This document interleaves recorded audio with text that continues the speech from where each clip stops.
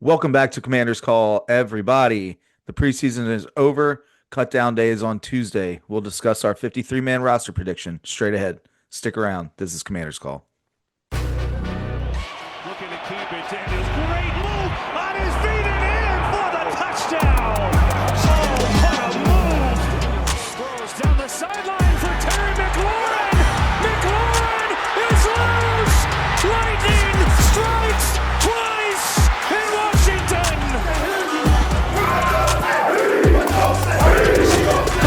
Hey, give me two claps and a Ric Flair.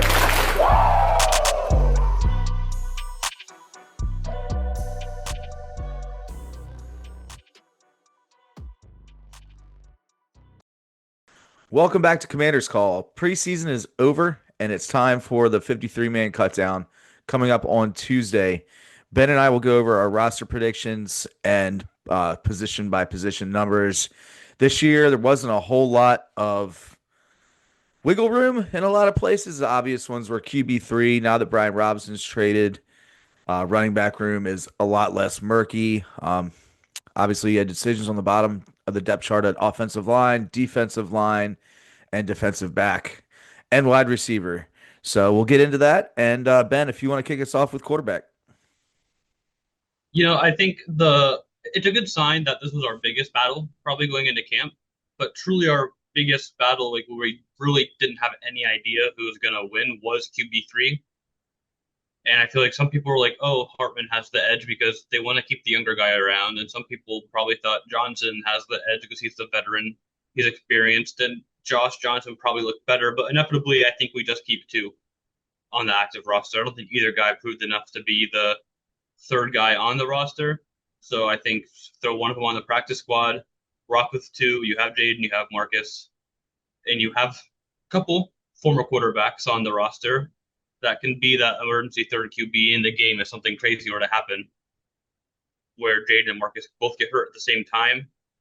And then if one of them gets hurt, then you have the practice squad guy to call up the next week for that game. But I just don't see the point in keeping a third guy on the roster this year. I'd have to agree with you. That one's pretty easy. QB3 play was at times not even up to par of QB3 play. So I could see a scenario where maybe both of them go back to the practice squad, but probably only really need one. If it were me, I'd probably keep Johnson on the practice squad. I mean, as much as Sam Hartman's good for the locker room, I just don't see him developing to be anything worthy of being on an active NFL roster. So I think at a He's just certain not point, not a great arm, not good yeah, accuracy, not good yeah, intangibles. It feels like no, there's not not at much all. there. Yeah, and it's sad, but that's what these preseason games are for. They're for evaluation, and I believe I've seen enough of Sam Hartman, but you never know. Yeah, I think we talked about it before, but this is going to be the off season to bring in a guy in the seventh round at quarterback or Yeah, an undrafted free agent to actually come into camp and take Sam's spot and compete for that QB3 slash practice squad developmental guy. Maybe you can get a guy with more traits than Sam, but those guys don't typically go undrafted. If you have even one trait as a quarterback, they're going to take you somewhere in the draft. So it'll be interesting to see how it goes. yeah, and I think that they were like last year. I think that they were ultimately hoping that Sam Howell might, excuse me, not Sam Howell, Sam Hartman could now could develop to become the eventual QB2 because Mariota is not getting any younger either. He's only on another 1 year deal. So the time it kind of I don't know, it kind of like puts them in a weird situation if they want to continue to try to develop Sam because they've been working on that for the last year and some change, or if they want to maybe go with a cut from another team after these roster cut downs, bring somebody in on your practice squad, um, or maybe draft somebody next year that I don't know. Like I kind of feel like that guy should have been here already, to eventually take over Yeah, for Marcus Mariota. and that is the And hard part. I think Hartman was that plan and he's not lived up to that. So I don't know Definitely where they not. go from here, honestly. Um, Yeah, I think that's probably what fans are going to lose the most in this QB3 battle. And like Sam Hartman not looking good is not only do we not have a good QB3 this year, but we have, like you said, we have no succession plan for Marcus when he's done, which means that we'll be looking for a brand new QB2 and QB3 next year, perhaps. And that's not great for the offense. no, it's not. And that's why I kind of think that they'll still hold on to Sam Hartman in some capacity just to continue have that continuity, Right. and maybe next year, he will have better processing to at And least maybe that shoulder be a surgery he's just QB3. fresh off of is really Right, messed with right, him. And I definitely. thought he looked better last year, and you think a year of development he would look better, but he looked even worse somehow than he looked last preseason. So It's just the main thing for me with him is his timing. Like the timing was awful. timing was awful. I mean, he had a pick six yesterday against the Ravens. Obviously, they got blown out, but the pick six was just so bad. He threw it 2, 3 steps late, and despite him having a terrible, not want to say terrible arm, but not a great arm, especially to throw those outside routes, he could have had multiple pick sixes this preseason, and just not a good showing, and not an NFL even third string showing, in my opinion. But No. I digress. I do think they'll hold on to him in a practice squad just to keep the continuity. Maybe next who knows who's going to be QB2 next year. Maybe they'll get Marcus back again, but time will tell. Moving on to running back. Running back's got a lot less murky, as I mentioned, now that Brian Robinson has been traded to the San Francisco 49ers for a sixth-round draft pick. Wish Brian all the best, but just to touch on that for a moment, nice to get some value for a guy that obviously wasn't in the plans anymore. After that was said and done, that leaves us with a room currently of Austin Eckler, who is the incumbent veteran. You have Chris Rodriguez Jr., Bill Jaworkowski Merritt, Dominic Felton, and Casimir Allen. Am I missing anybody, Ben? I don't think you said McNichols, Jeremy but McNichols. That's right. yeah, I knew Jeremy I McNichols. correct.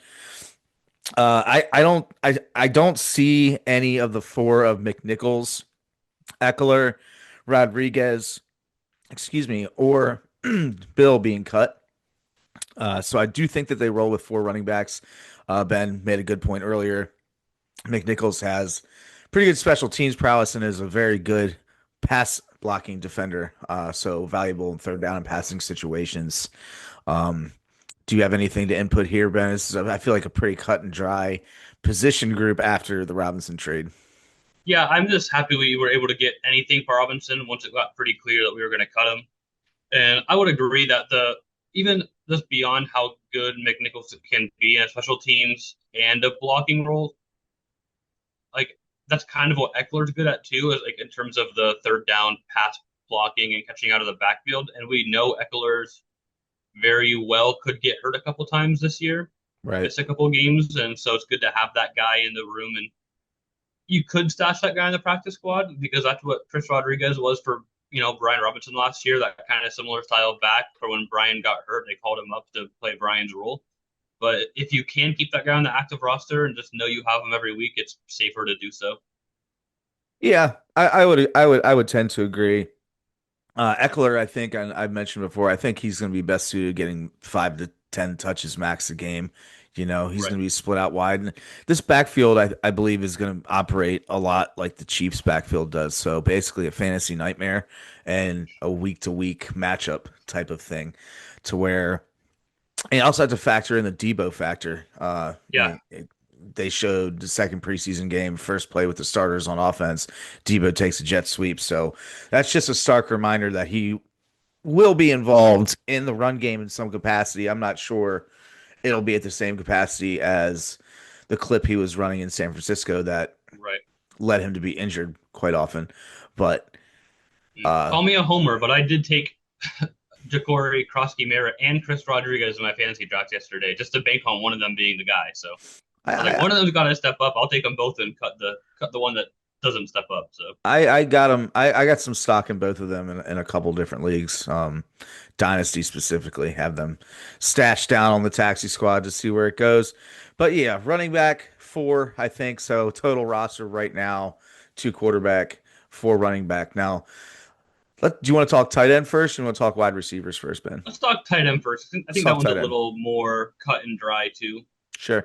So obviously Zach Ertz is going to be the guy. I think Yep. we all know that. And we talk about it all the time. I see online, and John Bates is kind of like always going to be tight end two kind of guy.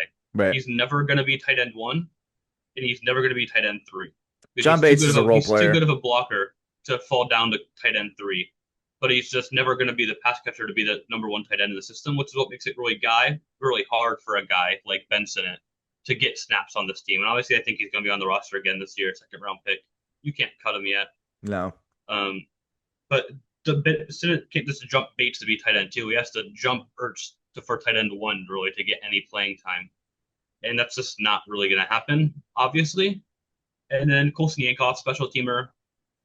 I saw he had a pretty good play last night or yesterday afternoon, I suppose, against the Ravens, where he broke one tackle and had like Yeah. a big run after catch on a slant route. Really nice I saw acceleration. people overreacting to that the same way people were overreacting to Ben Sinnott's one big catch in the preseason last year. And it was just funny because I saw someone say that Yankoff has a speed or a next gear that no other tight end on this roster has. And in my head, I'm like, this is exactly what everyone said about Sinnott last year after that one big catch against the Jets. So did Sinnott lose that gear? Are we going back on that he never had it? Or are we just saying and if Yankoff does have it, then Sinnott also has to have it based on those same, requirements of one big preseason play. So I think we need to pump the brakes on Sinnott and Yankoff, honestly, on what they're going to contribute to this roster from a pass catching perspective. But they both play special teams. They're both pretty decent blockers. And I think they'll both be here on this roster this year. I think there's a lot of recency bias going on with Sinnott and going back to similar catches. And it also kind of ties in with like a little bit of my frustration with the fact that I think they should have brought in a different arm to give some of these pass catchers a better look Yeah, during these preseason games. Now, I don't know what's going on in closed practices, but I believe I've said this before. I think that there's going to be situations, and it could be with Sinnott, it could be with some wide receivers that we'll discuss momentarily, but we might not be able to see their development until Jaden's throwing them the ball. Like, right. because of how poor the backup quarterback play was this preseason. And I mean, we were rolling with QB3s the entire preseason minus one drive of Jaden Daniels. I mean, Mariota didn't play a single snap this preseason. I don't feel like I can properly evaluate anyone's development if they're not getting the ball. Like, is it Sinnott is not good? I don't know. Could it very well be the fact that he's not getting balls because nobody's getting balls? Yeah. I don't know. And I don't like that feeling coming out of preseason where I feel like I hope the coaches got more of a feeling for these guys than I did watching them on TV, and I'm sure they did. Obviously, they're in close practices together. But I still, as somebody that's trying to talk about this on YouTube right now, I wish I had Right. seen more, so I could properly evaluate this because I just genuinely don't know. Like, was Sinnott a wasted pick? I don't know. Tight end takes time to develop, but So I brought up the stats because I was curious, and I brought up the two tight ends who most recently sat behind Ertz when Ertz was, in a veteran role. So we look at Philly with Dallas Goedert, right? So Ertz was still a starter. Goddard had 300 yards his first season, then 600, 500, 800, and he's kind of stuck around that 6 to 800 range yeah, since, after getting a couple years to develop under Ertz and then Ertz getting shipped out. And then Goddard's been a pretty consistent top 10-ish tight end ever since then. And then we look at Trey McBride, 265 yards his rookie year. And I think they shipped Ertz off right after that. He had 800 yards the year after that and 1,100 last year. So I think we have to be patient and trust like this is a thing that happens with tight ends who sit under Ertz as they sit and they learn. And then when Ertz is gone, they're ready to take over that role. So am I saying that it's a 100% chance that we're going to see Ben Sinnott take that next step? Could it be Colson Yankoff? That's the one that does that instead of Ben yeah, Sinnott? it could. Sure. But we don't know until Zach's gone. So we just have to kind of pump the brakes and be patient on calling the young tight ends a bust until we get to see them actually go out there and play meaningful snaps. Right. I don't think it's automatic. Like you said, it's not 100% carbon copy, rinse and repeat type situation. But the past has had patterns with Zach Ertz and those that sit behind him. It is still a wait and see with Sinnott, especially Sinnott, just because not really able to track his development, as I said. But I digress. So four tight ends is what we're rolling with here. Four tight ends, four running backs, two quarterbacks. Moving on to wide receiver. Wide receiver is probably the murkiest of what we have spoken of before. The obvious locks: Terry McLaurin, Noah Brown. Help me out here, Ben. I'm completely drawing a Debo, blank. Debo, Jalen Lane, and Luke were the Jalen five Lane. blocks we talked about towards the beginning of the year, Right. beginning of the offseason when we were first talking about this roster. And I'll tell you now, those are the only five I have making the team. I don't even know if Luke deserves it based on preseason play and how he's looked in camp. I think he's just kind of going to get it because he was drafted in the third round and he's a year two player. But I just don't really think outside of those top four, I don't think anyone really showed up to make the roster. But you got to keep five. Might as well be the guy who's on a rookie contract and keep Luke Yeah. around. And then maybe a guy that you like gets cut somewhere else and you want to bring him in to be your six. That's great. But I don't think anyone on this roster right now is good enough for that sixth spot. Gallup hasn't shown up. Osborne hasn't shown up. Chris Moore's been awful. Yeah. Ja'Cory Brooks I like, but throw him on the practice squad for a year. That can be Yeah. your Noah He's Brown more of a replacement practice squad size guy for wise. me as well. I agree. Perfect. No, well, can't say perfect, but along that same skill set. Yeah, I think Luke McCaffrey might be less of a lock than people think. I tend to think that he's going to make the roster for the reasons that you stated. He also, I watched all 22 of him in the Bengals game. He was open a lot yeah, and just did not get the ball. And that goes back to I wish I would have seen different quarterbacks in this right. preseason, and we might not see what he's got until Jaden throws in the ball. However, there's been conflicting camp reports. Like you hear, oh, excuse me, Luke McCaffrey's had a great camp. Then another report will be like, oh, Luke McCaffrey's had a terrible camp. So the truth is probably somewhere in the middle of that, I would imagine. But I would tend to think he makes the roster. Uh, Continuity, he offers a little bit on special teams as well. Um, the only like real question is like, is Terry actually going to sit out? We'll find that out in the next coming weeks. Yeah, I can't see him Um, sitting out. I still don't think he will.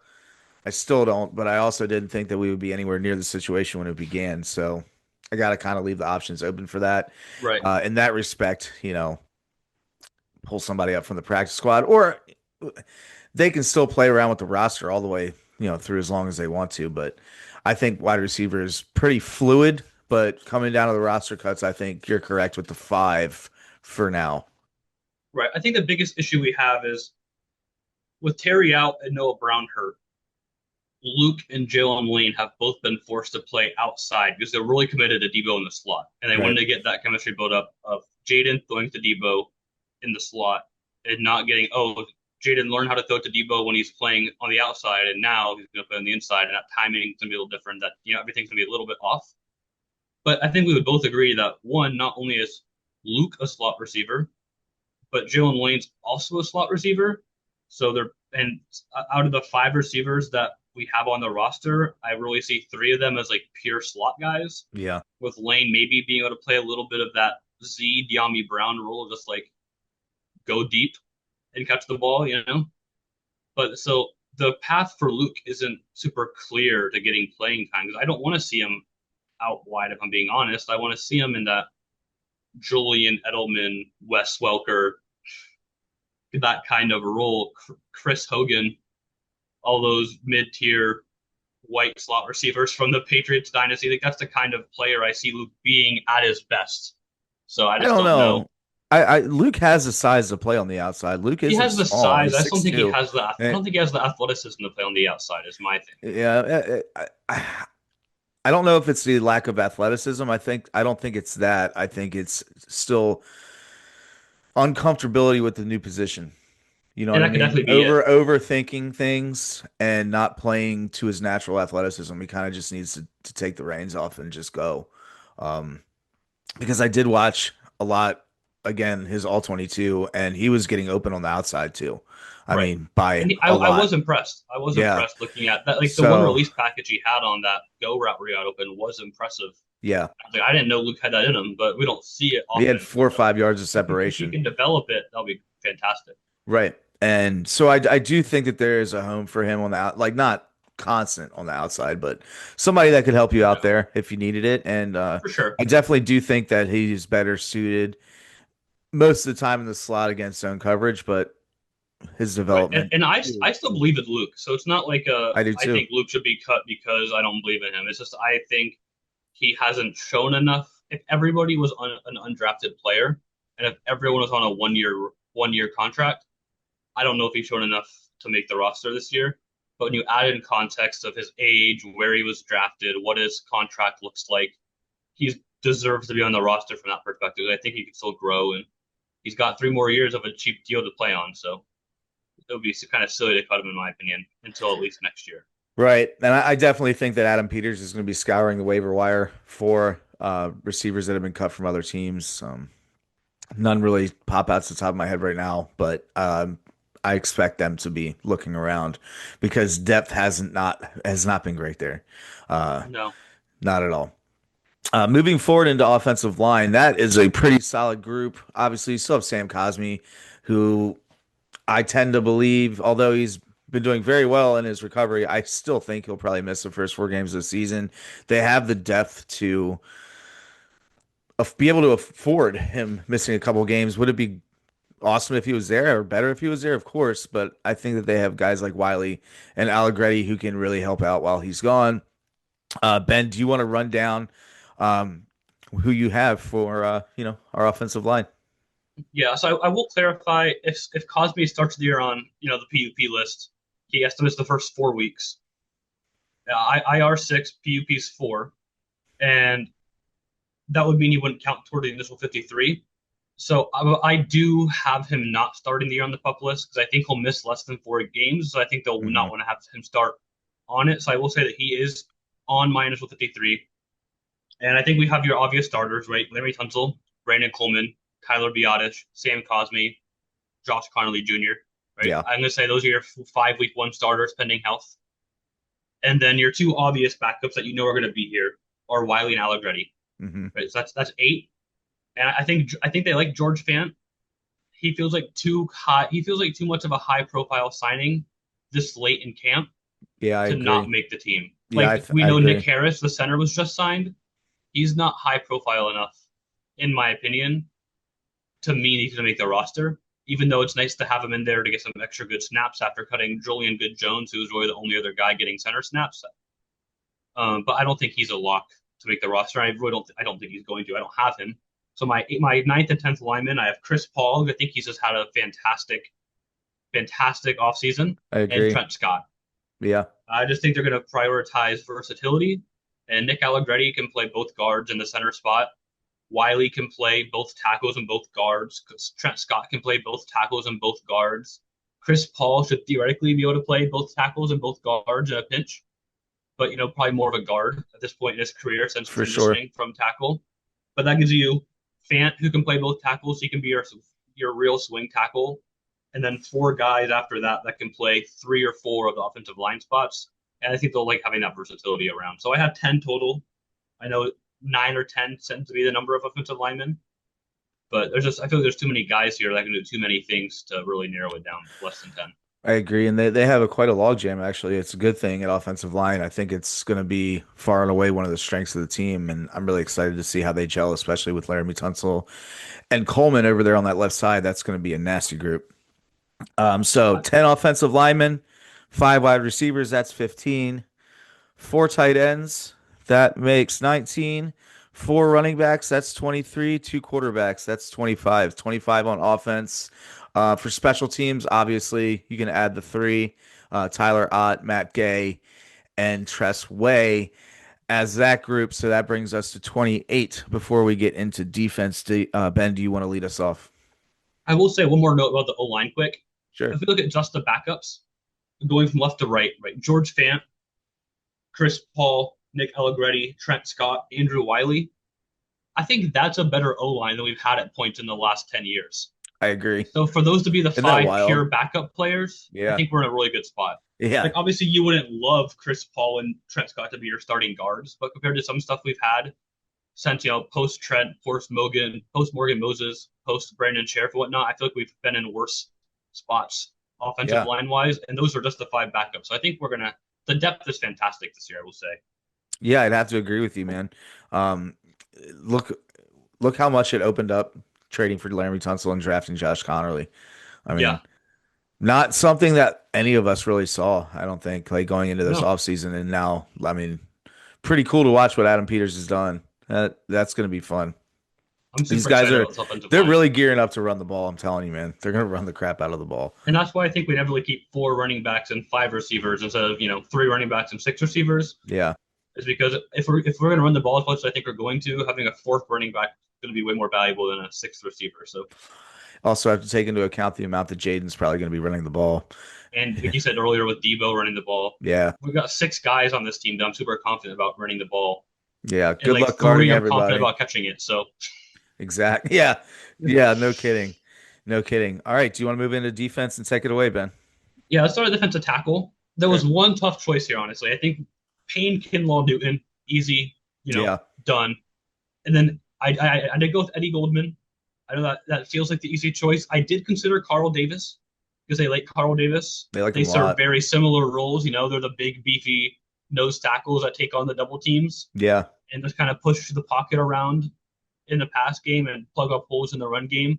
But ultimately, I went with Goldman just because they both had pretty good camps. And I think they're going to go with the guy that was a priority free agent for them pretty much in the offseason over a guy like Carl Davis, who they brought back like right before the offseason training started. So, Yeah, I honestly think defensive tackle is another position that is deeper than people may realize. And you got right. guys like Sheldon Day too I who love can Sheldon play. Day. I mean, he's every time that he's been called upon, he's stepped up. It's like they have some really tough decisions to make there. That's honestly probably like the most the biggest decision they might have to make on the whole team is their depth at defensive tackle because they're going to end up Yeah. cutting some guys that are pretty good or maybe trading. Never know. I mean, there's some guys that other teams might be interested in that they could maybe get a pick or a late round swap Yeah. I for. think if they really like Carl Davis, I think they could get a seventh round pick for Eddie Yeah, Goldman. I But if they agree. like Eddie Goldman, I don't see them getting anything out of Davis or Sheldon Day. You Sheldon never Davis is one know. of those guys where if you could put his heart in a real athlete's body, you'd have the best player alive. But Yeah, even at his like 5'8", 380-pound frame that he plays with, it's just so funny seeing him out there with how short and large he is. defensive tackle version of Taylor Heineke. Yes, it's like if you could just put some players' hearts in like a real athlete's body, Hmm. that it would be fantastic. But it's not. We don't have that technology yet. Yet. So someday I bet we someday I bet we will. But Sheldon Day's a practice squad guy to me. I know the practice Yeah. squad rules are weird now. It was really easy when it used to be 10 players with less than 4 years of experience, made it super simple. Yeah. Now it's like 16 guys. You can have like two guys with 10 plus years experience, Yeah. two guys with 8 plus, two with 6 plus, and then, etc. And a guy with less than four can fill all of those spots technically. But yeah, it's super weird rules now. So I don't know. Move into defensive end, Ben. Who do you got? I think I have six, which will give us 10 total defensive linemen. At edge, I have Von Miller, right? Yeah. I know we had a little bit of debate when we first signed him about whether he'd actually make the team or not. I think we're Yeah. both in agreement now. He's He's definitely going to be on the definitely team. gonna make the team. Yeah, without a doubt. And then Dorrance Armstrong, obviously going to be here. Dietrich Wise, Jacob Martin. And then I know we had a little disagreement here. We were talking about it before we got on air. I went with Jalen Holmes and Javante Jean Baptiste as my final two bottom of the roster edge guys. I just think that having Jean Baptiste gives you like three pure pass rush guys in the room with Miller and Martin. And I just think I like Holmes more than Cleveland Farrell at this point. I like what he did in the playoffs. And he kind of serves that Dorrance Armstrong role where he's a good run stuffer off the edge, but also Right. kind of a good pass rusher like when moved inside. So I think he has that little bit of versatility that he showed that I think they will like to keep that around over a guy like Cleveland Farrell, especially with the injuries that Cleve's had. It's tough to say, and I think it's important to note that Von Miller is actually listed as a linebacker. So, Yeah, I did clarify but for my list yeah, because I made a depth chart that we said we'll get to later. I had him listed as linebackers. That's what the team had him listed at. right. But I figured for 53-man roster predictions, we all know he's going to play edge, Yeah, it doesn't play matter D that line. much. So It's not yeah, going I to had affect him the listed number, there. but it is important to Right. note. But because him and Martin are technically both listed as outside linebackers. Martin's somebody I'm really excited about, and you thought he was going to get cut. I did. I just when the first good thing a coach says about an edge rusher is they play great special teams, it's not the biggest sign of confidence. Yeah, I agree. Not something that like really it pops off the page, but not in the way that you want it to. you know. Right. Um, I think there's a world where Javante Jean-Baptiste starts on IR or a And PUP. I could totally see that, And like in that McGee last year situation, right? And in that situation, obviously they keep both of Farrell and and Holmes. Holmes, correct? It's really a toss up there. I kind of lean Farrell just because free agents. I mean, obviously the clear San Francisco connection with Adam Peters. I don't know how much that accounts for. Probably not much, to be honest. Right. But I do know that they liked him a lot last year before he got injured. But the injuries obviously are a concern, and Jalen Holmes has popped when he's been called upon. So Right. really a toss up there, 50-50 Yeah. for me. My logic here was kind of the same with Luke McCaffrey, where Javonte's still on that 4 year rookie contract. He's Right. got 3 years of cheap play left after this. If you cut him, you lose that contract. Where if you cut Cleveland Farrell and put him on the practice squad, or even if he just sits in free agency and like, oh, someone gets hurt, we need Clee back, you can bring him back, no sweat off your back. But so I do agree that IR for the start would be good for Javonte because you're still keeping that contract obviously on the books.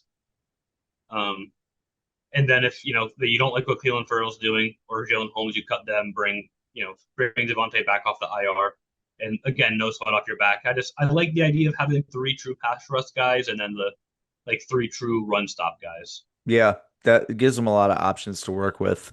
Um, that being said, moving into linebacker, McGee finally got some run yesterday versus the Ravens.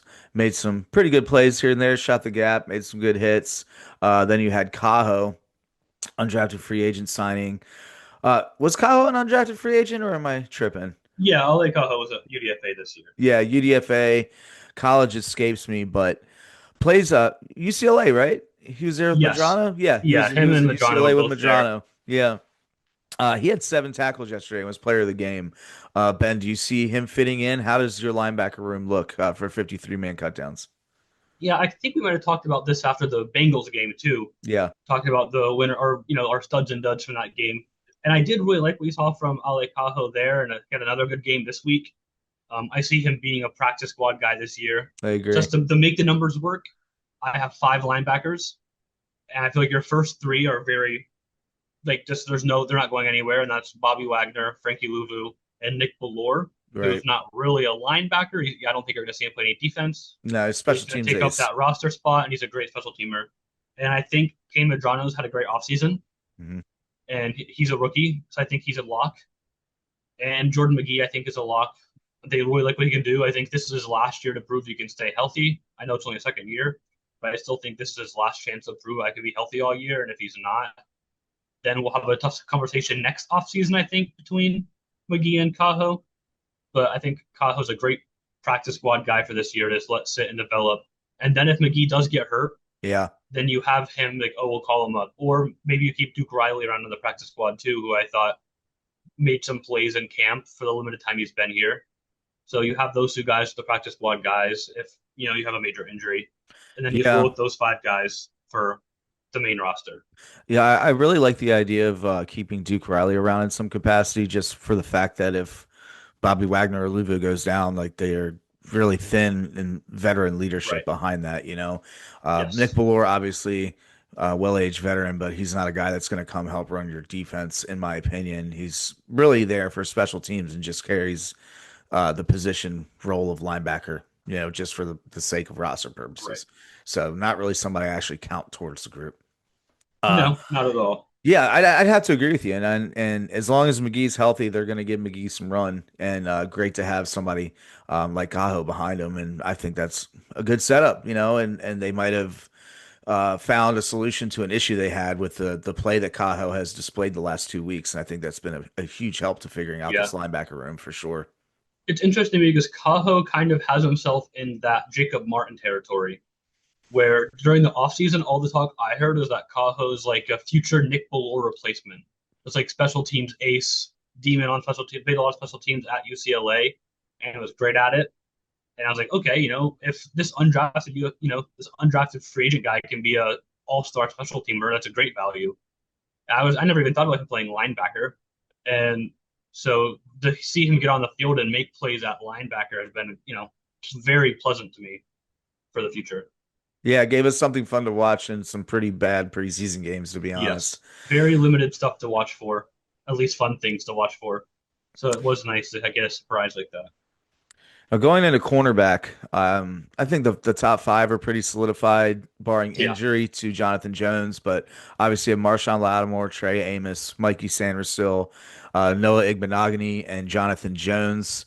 How many do you have them keeping, Ben? Do you have them keeping five or six corners? five. And Yeah, it's one of those positions where five or six is the norm, and we did not see a single even kind of decent cornerback play for this team outside of those top five this offseason. So that's another position where unless someone crazy gets cut that you're not expecting, then due to the five I have making the team that we talked about, Noah, Mikey, Marshawn, Jonathan, and Trey. Those are the five guys. So I don't know. Like I said, there's been no competition really in camp for those guys. I don't think so. yeah, I would have to agree, and I'm really glad that we have a guy like Noah. I think I mentioned the last episode that he's been playing with his hair on fire this camp and preseason. So really good to have him, and as long as Marshawn Lattimore stays healthy, I think he will this year. I think they got a good group out there, and I think that could be Right. another strength that was not a strength last season. Right. And Noah and Jonathan Jones both have that inside outside flexibility. Even if you probably have both of them on the inside more, like you'd rather have them on the inside, they still have that flexibility to play outside. So if Lattimore does get hurt, I'm very confident Amos can be cornerback one and Jonathan Jones can go be cornerback two on the outside. Or Or Mikey. even you slide Mikey back outside, right, and then Yeah. throw one of them in the slot. I'd love to see Mikey to stay in the slot all year, no matter what, just to get really comfortable there because we saw him struggle there in the beginning of last year. And so I don't want it. It's hard for a young player to get stuck in that.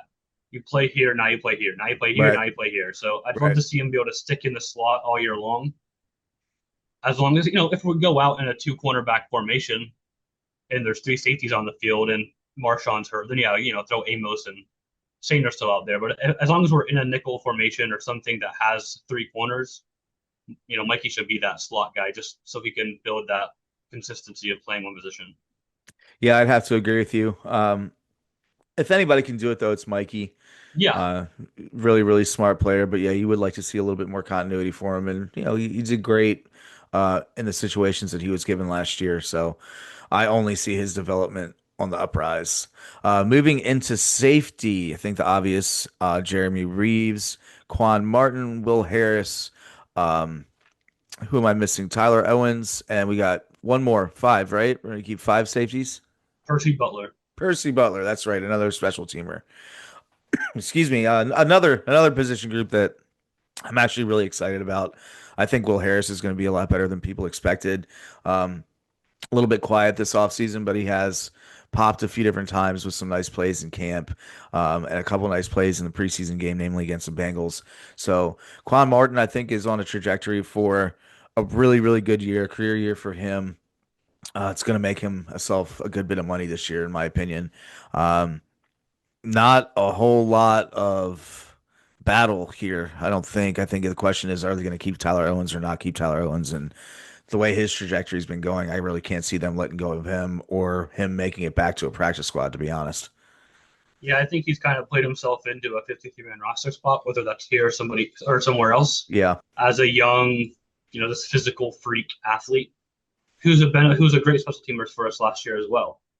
So we have that. I think that's what makes some of this roster prediction so hard. Is that I talked again off air about a guy like Kyle Duggar. If he were to get cut by New England, he'd be Yeah. a great fit here in this defense in that Jeremy Chin role. But those bottom three safeties we have, Reeves, Owens, and Butler, are all like core special teamers. So, and two of them just got extensions this offseason. So who do you cut to bring a guy like that in? So I think that's what makes it kind of hard if we do want to bring in like a roster cut from somewhere else.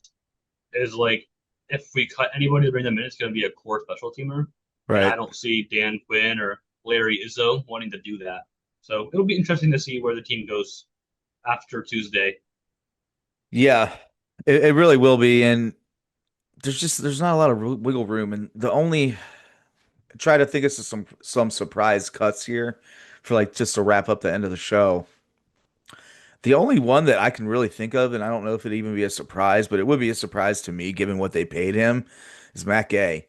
Right. Has not had a very good camp or preseason. He's missed a lot of kicks. I mean, he I just I don't know. It really that one probably bothers me the most. And it's nothing against Matt Gay. Like again, I'm not trying to rag on players, but the same knock on him was the post 50 yards, just like Right. Seibert and Gonzalez. And just like, yeah, And all three are like automatic from sub 50 and right. like shaky on post 50. So getting rid of two guys that are Matt Gay to give Matt Gay the most guaranteed money for a 1 year deal for a kicker ever.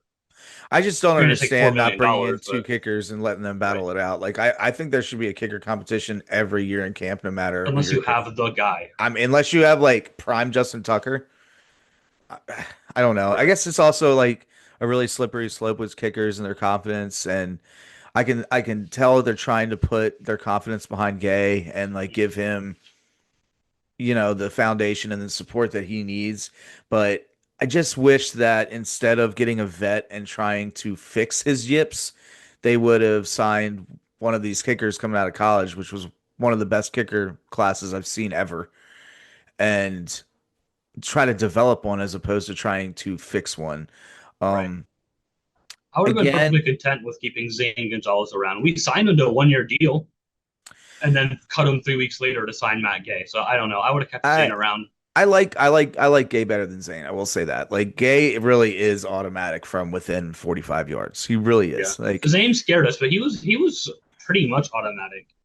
yeah, but when you watch Gay kick, his kicks look more like an NFL kicker's kick Yeah. than Zane Gonzalez does. Like they have much more velocity in my Right. opinion. It's I at not least would have kept Zane after you gave him a contract to stick around for camp at the very least. it's not that Matt Gay doesn't have the leg from deep, he doesn't have the accuracy from deep, whereas Zane Gonzalez didn't even really have the leg from deep to get it there. Yeah. So there is a difference. I just wish they would have brought in a younger guy, or even if you're gonna go the veteran route, they could have gone Nip Polk, who's the most accurate kicker in the NFL. Um, but Nick Folk rather, I should have said this, Nick Polk. But yeah, that's honestly the only real surprise I could see. I still don't think that's going to happen just because of reasons I mentioned about them wanting a veteran kicker. I just hope it doesn't come back to bite them in the butt during the season, and I wish that they had a guy that they could rely on from a little bit deeper of a distance so they didn't have to go forward on fourth down all the time. But Right. they seem to have a plan, and I'll back them until there's a reason not to, I guess. Yeah, I'm with you. It's definitely frustrating that our kicker issue still isn't even close to being partially resolved. We've dealt with that issue for a long time here in Washington. I don't think we've ever had a consistent kicker since I was born. But we've also seen a lot of kickers suck here and go be good other places. So I don't know what our issue was with developing and maintaining special teams play. But I guess it's really a league wide issue. Yeah. So I don't know. I don't. There's like four teams that have a good kicker, and there's like three teams that have a kicker that's been good for 3 years in a row. So Yeah, they're tough to find. It's not like they grow in trees, so we'll see how this experiment goes. But to wrap the show, I just want to say thank you to everybody for listening. Excited about the new season coming up. Ben and I will be back soon with more content for you guys, but we're going to take a little bit of a break, regather ourselves, and figure out what we're going to put out for you guys. So in the meantime, please give us a follow and a subscribe, share us around. Audio versions are available on all platforms. For Ben, I'm Sam. This is Commander's Call. We'll see you next time. peace.